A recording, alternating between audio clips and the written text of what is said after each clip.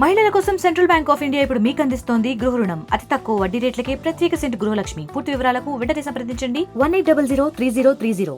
హిందూ ప్రపంచవ్యాప్తంగా హిందూ దేవాలయంగా పేరుంటి తిరుమల శ్రీవారి ఆలయాన్ని దర్శించుకునేందుకు అన్య మతస్థులు ఎవరు వచ్చినా కూడా డిక్లరేషన్ ఇవ్వాలన్నది ఒక సాంప్రదాయం. ఆ డిక్లరేషన్ వ్యవహారంలో మాజీ సీఎం జగన్మోహన్ రెడ్డి డిక్లరేషన్ ఇస్తారా లేదా అన్నది ప్రశ్నార్థకంగా మారింది. దాని మేరకు ఇవాళ టీటీడీ అధికారులని బీజేపీ నాయకులు కలిశారు. వాళ్ళని అడిగి మరిన్ని వివరాలు తెలుసుకుందాం. సార్, ఇవాళ మీరు టీటీడీ ఈవోని కలిశారు, ఏమని రిక్వెస్ట్ చేశారు? జగన్మోహన్ రెడ్డి ఒక అన్యమతస్థుడు, క్రైస్తవ మతాన్ని ఆరాధించేటువంటి వ్యక్తి.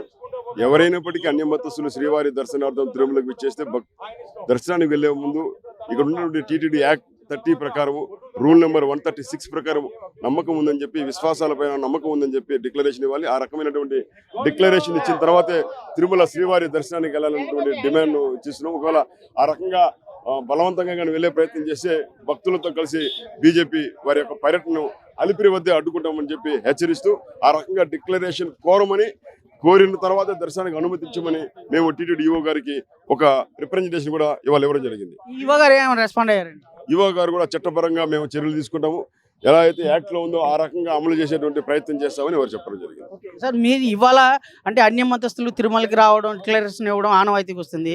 మాజీ సీఎం వ్యవహార శైలి ఎలా ఉందని భావించారు?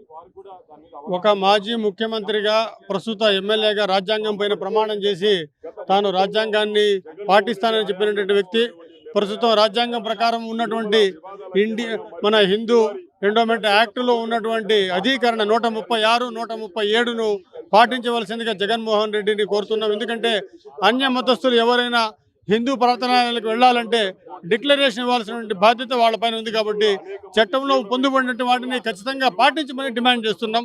అంతే తప్ప వారిని రావద్దని కానీ, వారిని అడ్డుకునేటువంటి పరిస్థితి కానీ కాదు. వారు ప్రమాణ స్వీకారం చేసిన తర్వాతనే, డిక్లరేషన్ ఇచ్చిన తర్వాతనే తిరుమలకు వెళ్ళాలని డిమాండ్ చేస్తున్నాం. అది కూడా అలిపిరి వద్దనే డిక్లరేషన్ ఇవ్వాలని డిమాండ్ చేస్తున్నాం. ఇప్పుడు మీరు వస్తున్నటువంటి విషయం ఏమంటే, లడ్డూ వివాదంలో ఇంకా రెచ్చగొట్టడానికి వస్తున్నారే తప్ప ఈ యొక్క ప్రాయశ్చిత్తం చేసుకోవడానికి కాదనేటువంటి హిందువులు భావిస్తున్నారు. మీరు డిక్లేర్ చేయండి, నేను ప్రాయశ్చిత్తం చేసుకోవడానికి వస్తున్నానని చెప్పి, మీరు ప్రాయశ్చిత్తం కోసం అయితే మేము దర్శనానికి అనుమతిస్తాము, అంతేకాకుండా డిక్లరేషన్ కూడా ఇవ్వండి అని చెప్పి డిమాండ్ చేస్తున్నాం. సార్, ఇవాళ అంటే ఇదివరలో కూడా ముఖ్యమంత్రిగా పనిచేసినప్పుడు కూడా డిక్లరేషన్ ఇవ్వలేదు, ఈ రోజు ఇవ్వాలని మీరు స్పెసిఫిక్గా డిమాండ్ చేయడం ఎలా?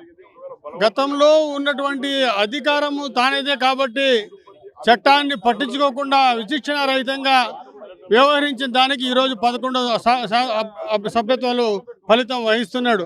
కాబట్టి చట్టాన్ని గౌరవించాల్సిన బాధ్యత ముఖ్యమంత్రికి ఉంది. ఇప్పుడు మాజీ ముఖ్యమంత్రికి కానీ, ఇప్పుడు ఎమ్మెల్యేగా ఉన్నారు కాబట్టి చట్టాన్ని గౌరవించాల్సిన బాధ్యత ఇప్పుడైనా నేర్చుకోమని చెప్పి చెప్తున్నాం.